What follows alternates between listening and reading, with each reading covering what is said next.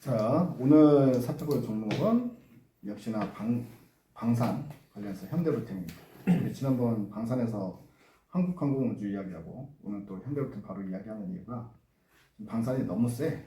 우리나라가 아니라 글로벌 단에서 너무 세다. 계속 신고가 인증 하고 있는 상황인데 이유가 있지. 유럽의 방위비 증가 이야기가 또 나왔습니다. 지난번에 GDP 대비 1.8%에서 2.5% 늘린다 했는데 오늘 또 2.5%에서 5%까지 늘린다. 독일에서는 이런 소식도 있었어. 그런 게 팩트로 확인된 것까지는 잘 모르겠는데 그런 썰이 있습니다. 그러니까 방위비를 또 추가로 더 증액한다. 그러니까 이제 유럽에서는 방산업체들이 난리가 나는 거지. 그래서 오늘 우리 또 K2 전차 유럽에 열심히 수출하고 있는 현대로템에 대해서 이야기해 볼 텐데, 자, 현대로템이 일단은 당장에는 폴란드 건 있잖아.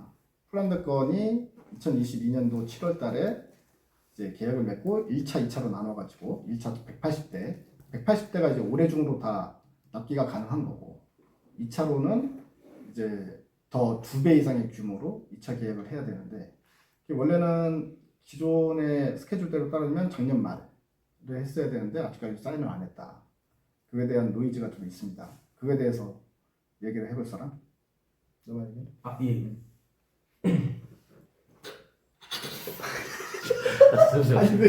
이게 아니라 이게 그러니까 읽었는데 이게 말로 갑자기 이거는 내 말로 갑자기 갑자기 안 나와가지고 연결되고. 네. 읽은 거를 또 읽어야 돼? 죄송합니다. 그건 내가 얘기할게. 폴란드 수출건이 이제 뭐였냐면 2022년 7월에 이제 총 1000대 가량 납품할 걸로 해서 계약을 하는데 1차고 2차로 나눴단 말이야. 1차는 180대 일단 빨리 급하게 최대한 빨리 납품해 줄 수 있는 거. 이게 2025년 올해 중에 아마 납품이 끝날 것 같아. 그때부터 이제 납품이 시작됐고 그게 4.5조 원 규모. 그리고 2차는 한 9조 원에서 11조. 규모는 모르겠어. 한 9조 정도, 2배 이상. 그게 2026년부터 납품해야 될 물량. 이렇게 해서 2차 계약이 진행될 걸로 예상을 했는데, 지금까지 이제 지연이 되니까 뭐 때문에 지연되냐, 내부에서 반대가 많다, 가격이 비싸다. 그게 수조 원이 이게 그 금액이 한 10조 원 들어가는 거기 때문에 그 예산 어떻게 할 거냐. 그 내부적으로 정치적인 문제가 있었겠지, 폴란드 내부에서. 왜냐면 한두 푼 금액을 내치는 게 아니니까. 그래서 그런 부분에 대한 이제 이슈들이 있었을 거고, 근데 5월 8일 날 그쪽 폴란드 쪽 국방장관이 매체 인터뷰를 통해서 한국과 전차 계약 이제 임박했다라고 이야기를 했고 국내 관계자들도 임박했다고 이야기를 했으니까 그렇게 걱정 안 해도 된다. 5월이나 6월 중에는 계약 체결할 거다. 근데 그게 딜레이 돼도 상관이 없었던 게 이게 공백 상태가 그렇게 길지 않거든. 어차피 지금 납품하고 있으니까 1차 계약분에 납품하고 있는 상태니까 시간적 여유가 있었단 말이야. 만약에 시간적 여유가 없었으면 빨리빨리 도장 찍었겠지. 그게 결과적으로는 또 전술일 수도 있잖아. 질질 끌면서 야 이거 좀 깎아줘. 너네 너무 비싸가지고 지금 우리가 승인이 안 떨어져. 이런 식으로 해서 가격을 조금이라도 깎으려는 그런 전략할 때 제일 좋은 게 지연 정책이란 말이지. 현대로템 입장에서 이제 그래요. 그렇게 후려칠 순 없고 이 정도는 우리가 디스카운트 해드릴게요. 이렇게 할 수도 있는 거잖아. 모든 협상이 이제 조단위의 협상인데 그게 우리 몇 달 며칠 날 도장 찍읍시다 하면 해서 그냥 순진하게 이렇게 가서 도장 찍는 사람이 많지는 않을 거 아니야.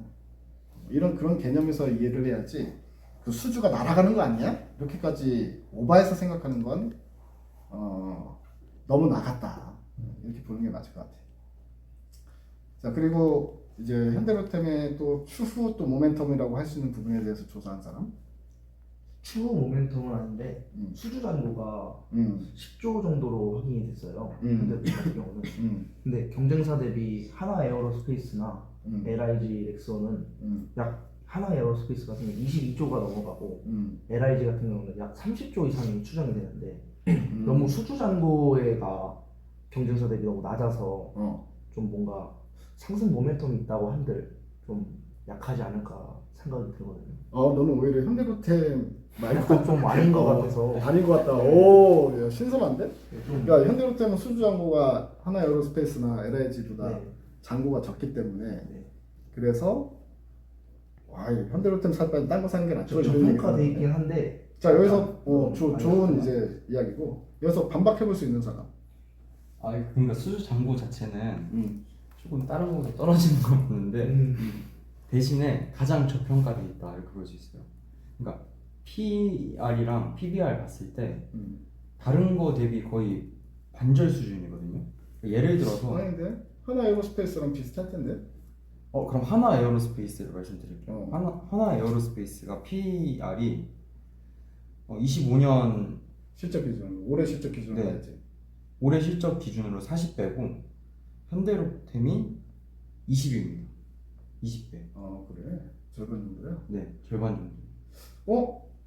이번에 하나 에어로스페이스 예상 영업이익이 3조 아니야? 지금 40조고 시가총액은?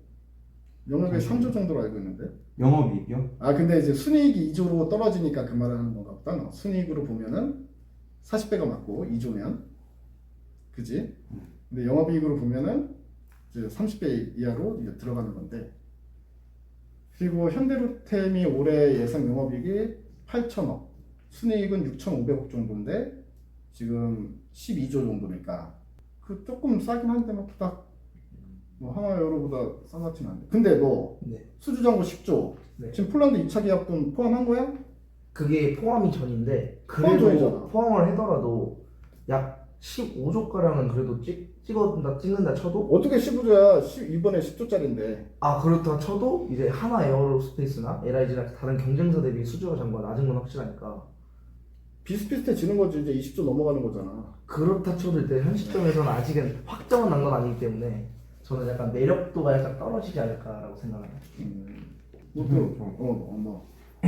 이거 근데 표가 어. 이해가 안 되는 게 있는데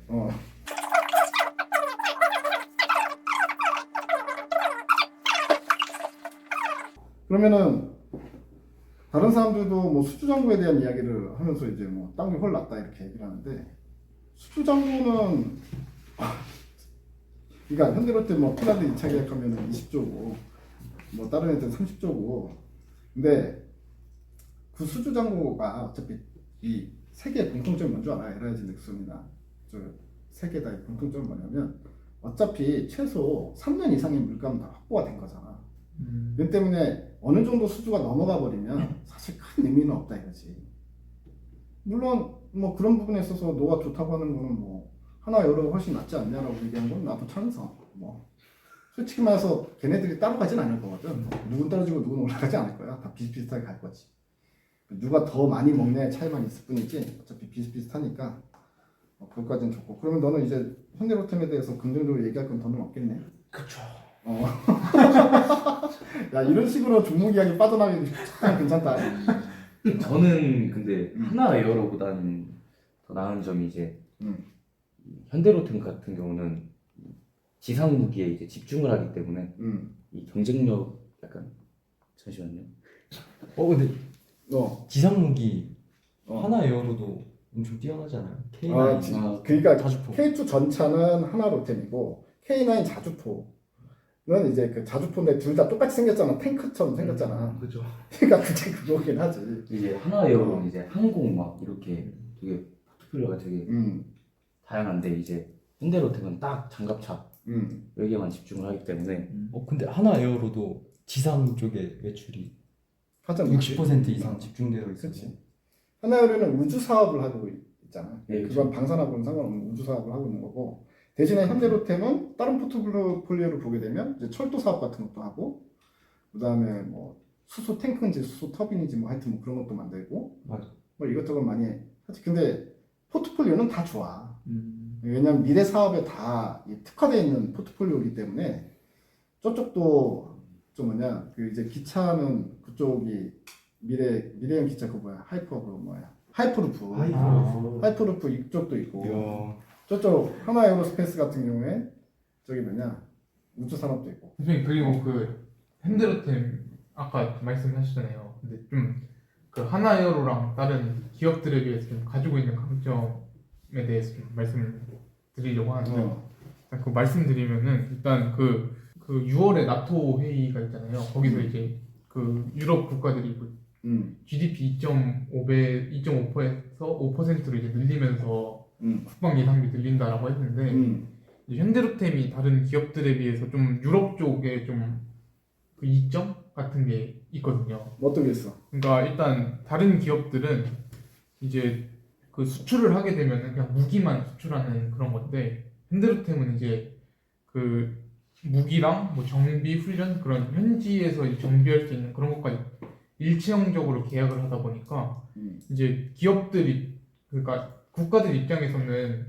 그 본인 국가 현지에서 이제 정비나 유지 보수 이런 훈련들이 가능하니까 비용적인 측면에서도 이제 현대로템이 뭔 말인지 알겠어. 예. 그러니까 현대로템은 현지 진출해가지고 예, 그러니까 팔면 AS까지 다 해준다 예. 이거잖아. 예, 유지 보수까지 다 자기네가 알아서 해주겠다. 네. 그렇게 계약을 한다는 거잖아. 네. 그럼 하나에어로스페이스는 하나에어로스페이스나 팔면 다른 끝이야? 팔고 대부분 이제 본사 그 한국으로 와가지고 거기서 유지 보수하는 게 중심적으로 돼 있어가지고 그래? 거기서 그럼 좀 유럽 국가들 입장에서는 예. 현대로템이 서비스 개념 차원에서는 고객 만족 서비스겠네. 네, 그렇죠. 그리고 그 현대로템이 2022년 12월 그때 이제 그 조기 납품 그런 경험도 있어가지고 납품적인 측면에서 좀 납품 기일도 빨리빨리 할 수 있다. 있다라는 점이 있고 그리고 K2 전차가 이게 패키지형으로 되거든요. 그냥 K2만 전차만 있는 게 아니고 뭐 장갑차나 다른 그런 것들이 있는데 이제 뭐 하나 에어로스페이스나 한국항공우주도 뭐 K9 자주포 이런 게 있어서 좋기는 한데 그 너네 알지 모르지만 그 K2 전차 가면 따라다니는 보급형 차가 있어. 뭐냐면 자 봐봐. 포탄에 싣고 다녀야 돼. 포탄 이따만 하잖아. 포탄에서 K2 전차에 싣고 다녀. 근데 한계가 있잖아. 뭐 한 10발 실을 수 있나? 그러면 이게 10발 쏘면 끝 다시 돌아와야 되잖아. 근데 보급형 차가 쫓아다녀. 그러면 이 K2랑 딱 연결하면 포탄을 계속 이렇게 넘겨주는 거지. 요즘 충전식으로 하더라고요. 충전식. K9 자주 이게 보급형 차에는 이제 포탄이 100개가 들어있는 거지. 그래서 이게 팡팡팡 쏘서 우리 포탄 떨어졌으면 얘가 딱 와서 뒤에 딱 해가지고 포탄을 기계로 딱딱딱 넣어줘. 또 충전하고 또 쏘고. 장전해서 또 쏘고. 잘 돼 있더라고요. 이제 그런 것까지 같이 수출이 되는 거지. 패키지가 그런 거. 그리고 국내 방산은 무조건 지금 우리가 왜 한국항공우주하고 현대로템 이야기하고 또 아까 하나에어로스페이스도 좋아. 너 말도 맞아. 뭐든 사든 다 좋거든. 근데 가장 큰 이유가 뭘까? 이건 내가 퀴즈. 방위비 증가. 그렇지. 유럽 방위비 증가. 근데 유럽 방위비 증가가 봐봐. GDP 2.5%에서 5%다라는 얘기는 방위비를 곱하기 2배를 쓰겠다는 이야기잖아. 여기서 문제가 발생되는 게 유럽의 방산업체들이 있어. 유럽의 방산업체들이 이미 지금 러우 전쟁이 일어난 다음부터 방산업체들 수준은 몰려들었잖아. 유럽 애들 먼저 몰려든 거. 우리나라가 그때 걔네들 이기고 올라온 게 아니라 그러면 수주가 들어온 가장 큰 이유가 뭐냐면 납기 기일이 빨리빨리 와야 된다고. 왜냐면 러시아랑 우크라이나 당장 전쟁이 터졌는데 우리도 빨리 자주 국방을 해야 되는 상황인 거지. 그 주변 국가들 특히나 뭐 폴란드, 루마니아, 뭐 슬로베키아 이런 애들. 근데 독일이나 영국 이런 프랑스도 마찬가지고 경제 대국일수록 방위비 증가를 하고 빨리 그러면은 주문한 게 와야 되는데 라인메타 같은 경우는 독일 최대 방산업체잖아. 문제는 지금 수주를 주면은 그래서 뭐 전차를 수주를 주든 뭘 수주를 주든 납기일이 최소 6년에서 7년 이후에 받을 수 있어. 지금 당장이 급한데 그게 문제라는 거야. 그러니까 유럽 방산업체들은 이미 수주 잔고가 꽉 차서 6, 7년 이후에나 납품받을 수 있으면 지금 의미가 있냐 이거야. 근데 K방산 같은 경우에 1, 2년 안에 납품해줄게요. 이러니까 K방산이 온 거거든. 근데 또 이게 K방산으로 계속 올 수 없는 이유가 유럽의 자존심이 꺾인다는 거야. 그럼 지금 당장에 급한 거를 K방산 다 깔다 보면 아니 유럽에 방산업체가 없는 것도 아니고 세계적인 방산업체들이 몰려있는데 근데 돌아다니는 전차나 돌아다니는 자주포나 뭐 이런 것들이 다 메이드 인 코리아야? 이건 좀 아니지 않냐? 이럴 수 있잖아. 그러면 유럽 애들이 최대한 1순위로 먼저 따먹어야 되는데 지금 상황이 그렇지 않으니까 그래서 내가 봤을 때 이런 식으로도 변화가 될 수 있어. 뭐냐면 자기네가 부품을 다 만드는데 시간이 오래 걸리니까 조립만 하자. 그럼 라인메타 같은 경우 그러면 외국에서 이거 조립한 부품들 다 사와. 그리고 자기네가 조립한 다음에 라인메탈 스티커 딱 붙이고 납품하면 되잖아. 이런 식으로. 그러면 그렇게 해서 완제품, 지금 현재는 우리나라가 지금 완제품 수출하고 있잖아. 근데 부품 수출이 많아질 수도 있잖아. 그럼 그걸 만들 수 있는 그런 거 부품을 만들어서 부품만 따로 또 파는 회사, 이런 회사가 또 수혜를 볼 수 있지 않을까? 근데 현대로템이 부품만 또 팔아.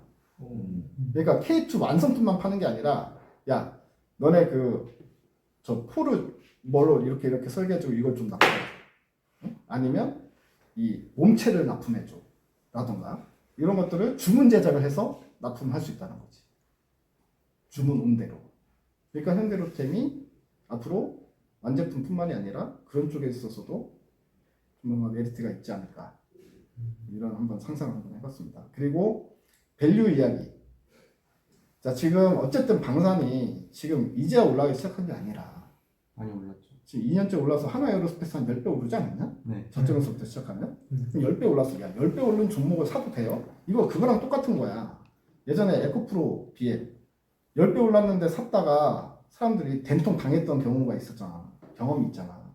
어? 고점에 따라 샀다가. 그래서 나중에 보면은 야, 진짜 내가 바보지. 10배 오른 종목을 사는 건 좀 아닌 것 같아. 후회하는 사람들이 많단 말이지. 경험적인 측면도 있잖아.